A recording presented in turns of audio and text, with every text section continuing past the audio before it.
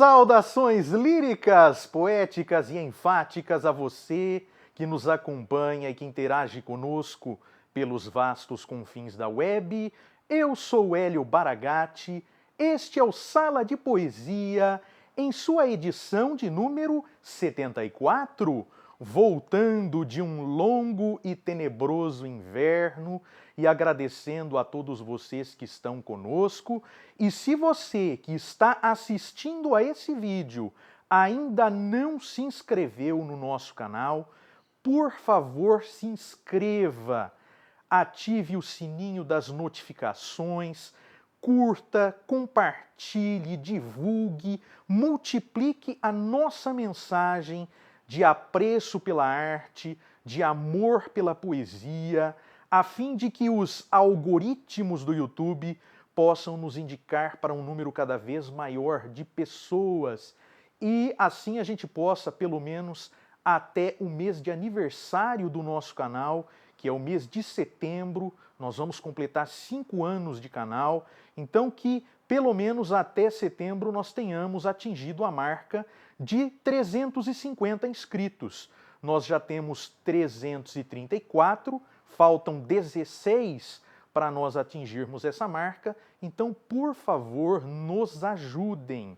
E o nosso vídeo de hoje, a nossa edição número 74 do Sala de Poesia, vai falar sobre um documento que mexeu com o cenário da poesia, mexeu com a cena literária brasileira no início dos anos 2000, que foi a Carta Aberta aos Poetas Brasileiros, que foi um documento escrito pelo jovem poeta carioca, jovem à época, na época ele tinha 38 anos, né, o jovem poeta carioca Alexei Bueno. Né? Esse documento está completando 21 anos.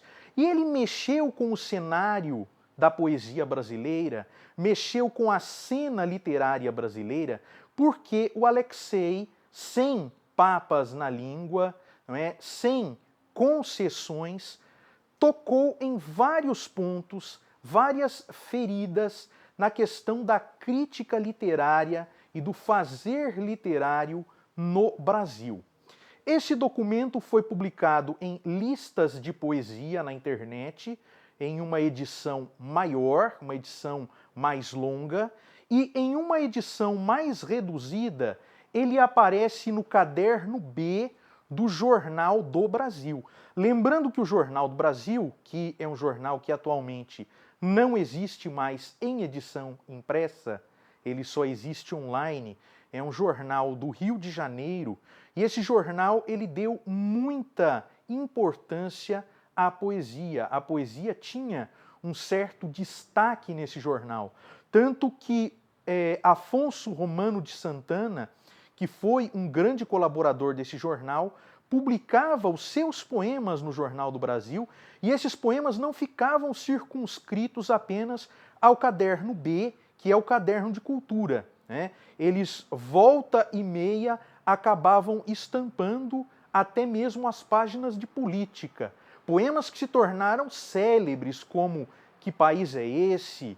Ou Sobre a Atual Vergonha de Ser Brasileiro, que é um poema interessantíssimo, escrito em 1981 e que, se nós formos ler hoje, em muitos trechos continua atual, infelizmente. Mas não é Afonso Romano de Santana o nosso tema. O nosso tema é a carta de Alexei Bueno. E Alexei Bueno começa falando uma coisa interessante, que é a questão dos nossos críticos literários, muitas vezes, darem a entender, darem a impressão de que a poesia brasileira começa depois da Semana de Arte Moderna, que ela começa a partir de 1922. E não é verdade.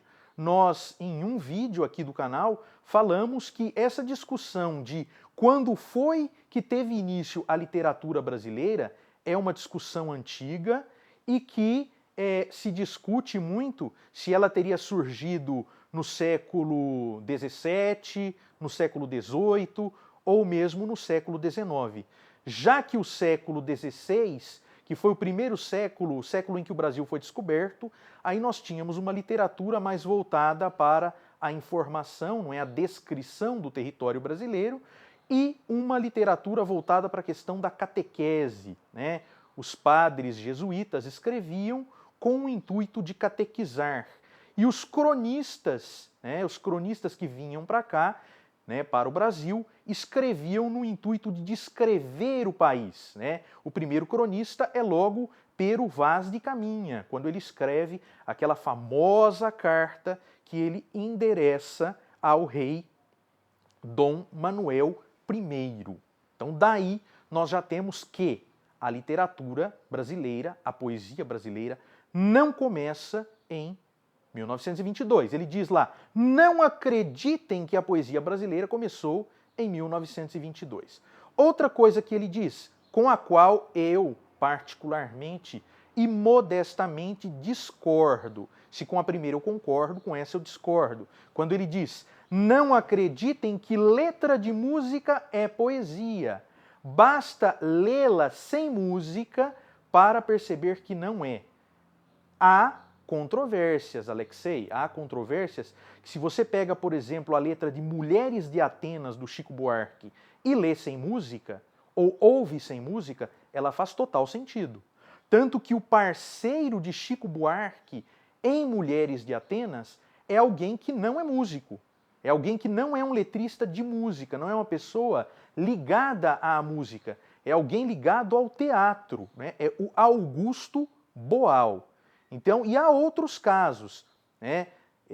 Então, fico nessa citação do Chico Buarque, Cálice, por exemplo, também do Chico Buarque, muitas outras letras, algumas do Geraldo Vandré, por exemplo, algumas do Caetano, algumas do Gilberto Gil, principalmente desta geração.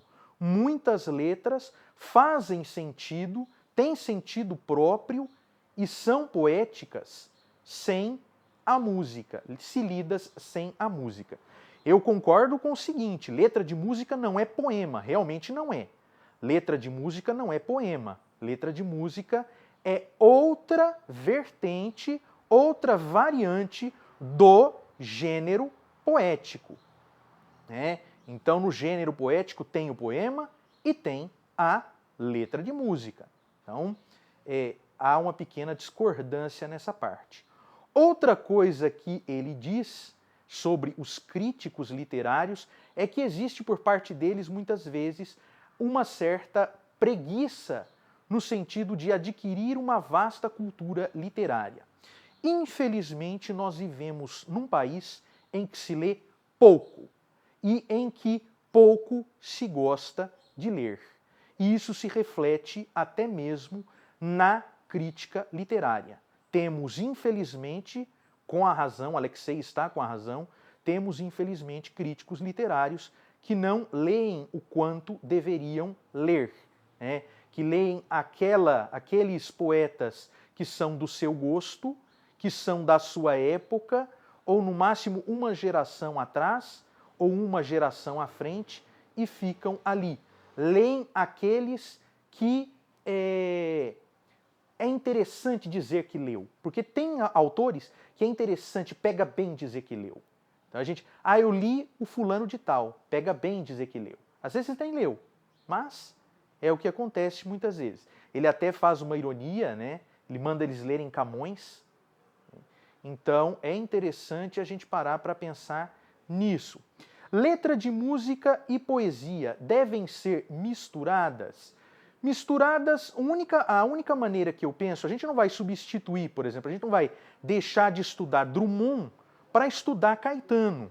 Mas a gente pode fazer uma intertextualidade, né? Pela ótica da intertextualidade, você pode ali ver em que pontos convergem ou divergem um poema do Carlos Drummond de Andrade e uma letra de música do Caetano Veloso. Isso é possível, a leitura a partir da ótica da intertextualidade. Outra coisa que ele fala sobre a ditadura dos concretistas, esse furor revisionista dos concretistas, né? Concretismo é um movimento que se inicia no Brasil em 1956 e tem como principais proponentes os irmãos Campos, né, Augusto de Campos, Haroldo de Campos, Décio Pinhatari. E venhamos e convenhamos, os irmãos Campos, como poetas, são excelentes tradutores. Eles são tradutores brilhantes, mas a poesia própria deles deixa um pouco a desejar pelo fato de que eles têm uma ideia da poesia como algo racional, como algo matemático, né? Eles tentam, como diz, eu não me lembro se Tiago de Melo ou se Ferreira Goulart, eu creio que Tiago de Melo, diz o seguinte, que eles querem abolir o verso e o sentimento. Como é que você vai fazer uma poesia sem verso e sem sentimento? Então, eles começam a sugerir alterações no cânone literário. E aí trazem Sousandrade, nós já falamos sobre Sousandrade aqui no nosso canal, trazem Odorico Mendes, nós já falamos dele também no nosso canal, né?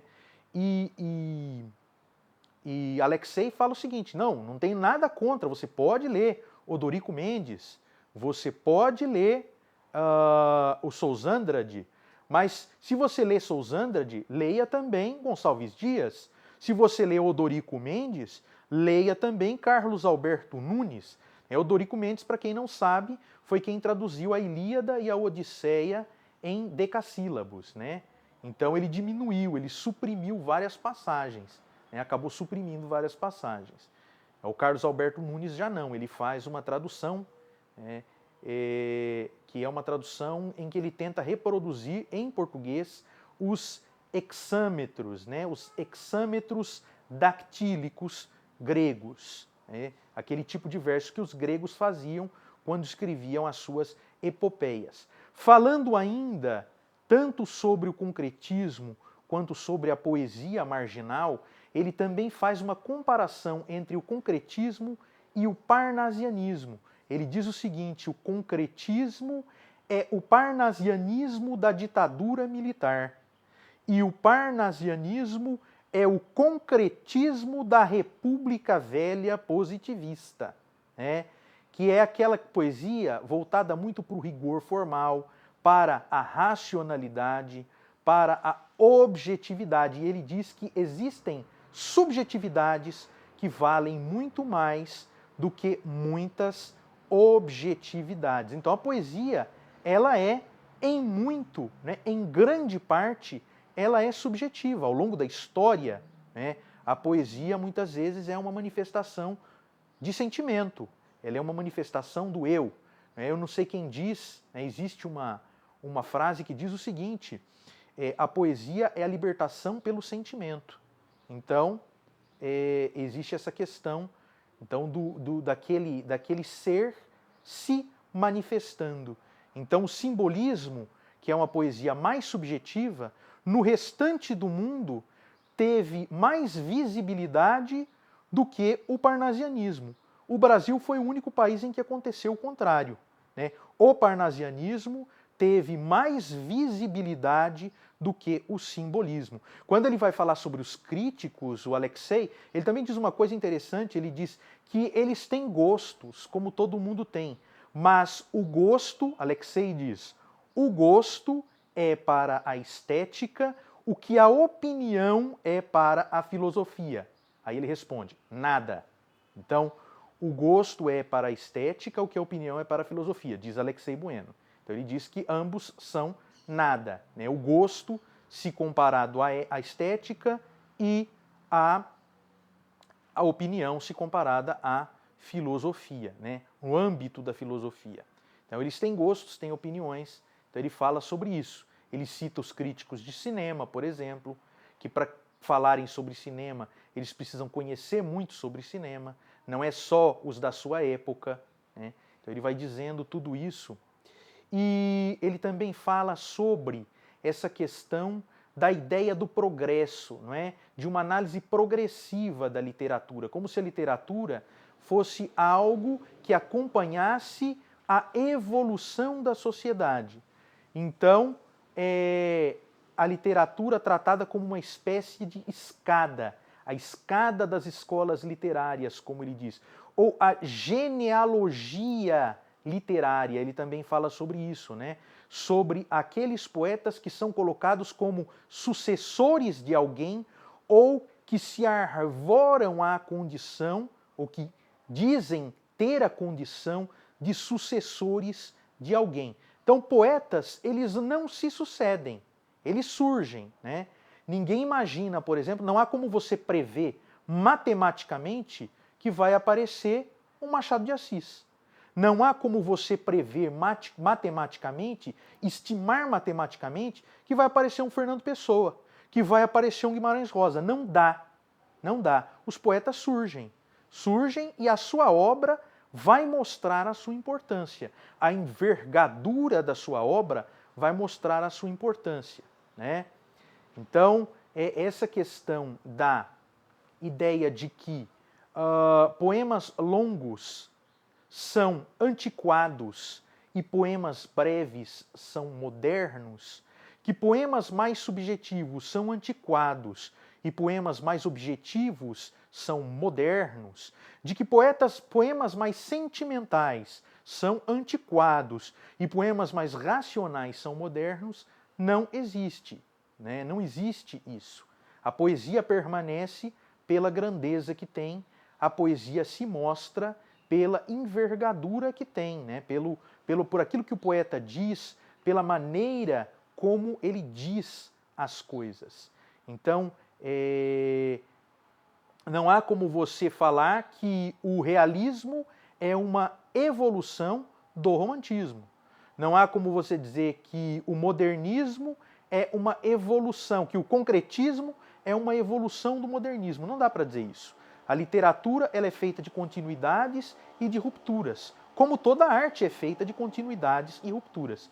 E indo para a finalização da nossa reflexão, que é a reflexão do Alexei Bueno, né, quando ele fala da ditadura dos concretistas, da ditadura dos poetas marginais, né, a geração que conheceu poesia através do concretismo ou através da chamada poesia marginal, né, a geração mimeógrafo, anos 70, anos 80, né, ou até parte dos anos 60 e tudo mais, né, nós temos uma prova de que o poeta, muitas vezes, ele não é nem um sucessor de si mesmo. Você tem, por exemplo, Drummond. Drummond, ele é um em cada livro. Ele é um poeta em cada livro. O Drummond de alguma poesia não é o mesmo Drummond de A Rosa do Povo, de Sentimento do Mundo, que não é o mesmo Drummond de Lição de Coisas, e assim sucessivamente. E ele diz o seguinte, né, que a literatura, ela nasce quando se sente a imperiosa necessidade de dizer algo. A literatura é para quem tem algo a dizer. Então é o seguinte, se você não tem algo a dizer, se você não sente a necessidade urgente, a necessidade imperiosa de dizer algo, não escreva um poema, não pinte um quadro, não componha uma música. Isso vale para toda a arte. Arte, ela só é interessante, ela só é relevante quando tem algo a dizer. Quando o artista tem algo a dizer e principalmente quando a obra tem algo a dizer. Só fica na história o que tem algo a dizer. O poema que disse alguma coisa fica na história. O poema que não disse nada é esquecido. Então é preciso que a gente pense nisso. Se você que está assistindo a esse vídeo é artista, se você é pintor, se você é escultor, se você é escritor, se você é compositor, só componha, só pinte, só faça a sua escultura, só escreva quando sentir aquela necessidade imperiosa de dizer algo. Eu preciso dizer isso aqui precisa ser dito. Se isso não for dito, eu não vou ficar em paz. Aí sim, faça a sua obra de arte. porque aí a sua arte será relevante, a sua arte ficará na história, ficará na posteridade. Hoje é mais difícil, porque nós estamos com a cultura muito segmentada. Né? Nós temos a internet, nós temos as comunidades, os nichos, que muitas vezes não se relacionam, não têm contato uns com os outros, não interagem entre si. Mas, de alguma forma, se você disser alguma coisa com a sua arte, você vai estar cumprindo o seu compromisso de artista. E por último, ele diz o seguinte, o Alexei, ele diz que como é que a gente vai exigir, né, da literatura brasileira, de um poeta brasileiro, concisão, objetividade, racionalidade, brevidade, né? Principalmente no caso da concisão e da objetividade, quando você tem um país que deu à luz uma das obras mais belas, sendo uma das mais extensas, que é o Grande Sertão Veredas. Uma das obras mais belas, sendo uma das mais extensas, que é os Sertões, né? O Grande Sertão Veredas de Guimarães Rosa, João Guimarães Rosa, né? E os Sertões de Euclides da Cunha, né? Uma tratando do sertão de Minas, Grande Sertão Veredas, outra tratando do sertão da Bahia, né? Os Sertões. A poesia brasileira, né? Ela é longa, longa como é o Brasil. O Brasil é longo. O Brasil é um país de dimensões continentais. Então a nossa poesia também é uma poesia de dimensões continentais. E assim, tendo como base para o nosso vídeo de hoje as reflexões do Alexei Bueno, nós encerramos por aqui a edição número 74 do Sala de Poesia. Agradecendo a todos vocês que nos acompanharam ao longo desse vídeo, que nos têm acompanhado e que começam a acompanhar o nosso canal, que já se inscreveram, os que ainda não se inscreveram, mas já vão se inscrever. Muito obrigado a todos vocês e nós voltaremos em breve com mais uma edição do Sala de Poesia.